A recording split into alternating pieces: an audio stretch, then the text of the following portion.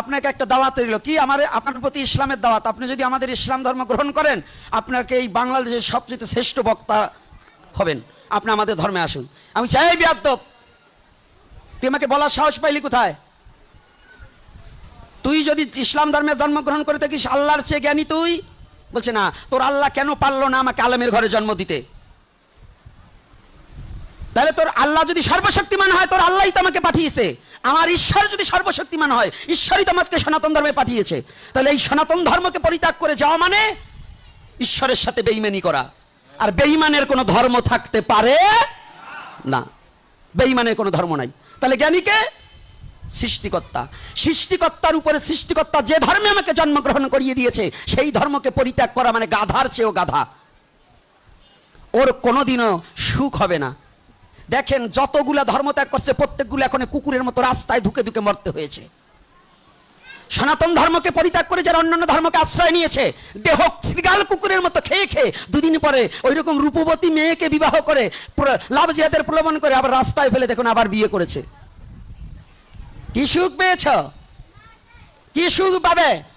আমি কোন ধর্মকে খাটো করতে চাই না। আমার একটাই কথা, সমস্ত ধর্মকে সম্মান করি, কিন্তু যে যে ধর্মতে জন্মগ্রহণ করেছো সেই ধর্মের বিধি নিষেধ এবং সেই ধর্মের আইন কানুনি মেনে নেওয়া একান্ত শ্রেষ্ঠ।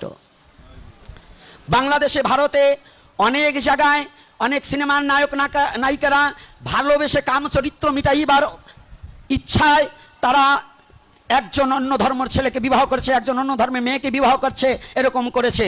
তাদের পরিণতি দেখুন, বয়স্ককালে তারা অবহেলিত ছাড়া কখনো ভালো কিছু তারা পায়নি। তার প্রমাণ কুকুরের মতো ধুকে ধুকে পুড়ে মরেছিল রাজনারায়ণ দত্তের ছেলে মাইকেল মধুসূদন দত্ত। আমি একভাবে বলছি, আমি চিৎকার করে দিয়ে বলছি, লোভে, টাকার লোভে জাতিকে পরিত্যাগ করে বিদেশে গিয়েছিলেন বড় কবি হবে বিধায়। কবি তো হতে পারেনি, আরো বরঞ্চ মৃত্যু সময়ে তার ভিক্ষাবৃত্ত, তাকে একমুষ্ট ভিক্ষা দেওয়ার মতো কোনো লোকও ছিল না। এই ইতিহাস আপনারা জানেন, জানেন কি না? যত শিক্ষিত ভদ্রলোক আছেন বলুন, আমি মিথ্যা কথা বলেছি না সত্য? যারা ধর্মান্তরিত হয় তাদের অবস্থা এরকমই হবে, দুদিন আগে আর দুদিন পরে। সাবধান যে ছেলে মেয়েরা সনাতন ধর্মে কি পাওনি, আমার নাম্বার নিয়ে যাবে, আমার কার্ড নিয়ে যাবে দেখা করে। সনাতন ধর্মে কি পাওনি, যেটা যেটা পাওনি সেটা যদি আমরা দিতে পারি। আমি সব জানি তা নয়, আমার চেয়ে জানার লোক আরো সনাতন ধর্মে আছে, বহুত বহুত জ্ঞানী আছে। আমি কিচ্ছু জানি না, আমার মতো মহামূর্খই ভারত বাংলায় নেই, এই পৃথিবীতে আমার মতো নিকৃষ্ট ব্যক্তি নেই। আমার চেয়ে জানাশোনা ব্যক্তি আমার সনাতন ধর্মে অনেক অনেক আছে, অনেক অনেক সাধুগুরু মহাপুরুষ পৃথিবীতে আছে। আমি সেই ধর্মে জন্মগ্রহণ করতে পেরেছি যে ধর্মের, সনাতন ধর্মের লোক প্রত্যেকটা ধর্মকে সম্মান করে। জানেন, ত্রিকাল যোগী, মহাযোগী, ত্রিকালদর্শী বাবা লোকনাথ তিনজন ব্রাহ্মণকে তিনি দেখেছিল। একজন তো ইলঙ্গ গোস্বামী, একজন মক্কায় আব্দুল গফুর সাহ, আর একজন নিজে। তাহলে বোঝেন, আমি সেই ধর্মে জন্মগ্রহণ করেছি যে আমার ধর্মের মহাপুরুষেরা পৃথিবীর কোনো ধর্মকে ছোট করে দেখে না। মদ আত্মা সর্বভূত আত্মা।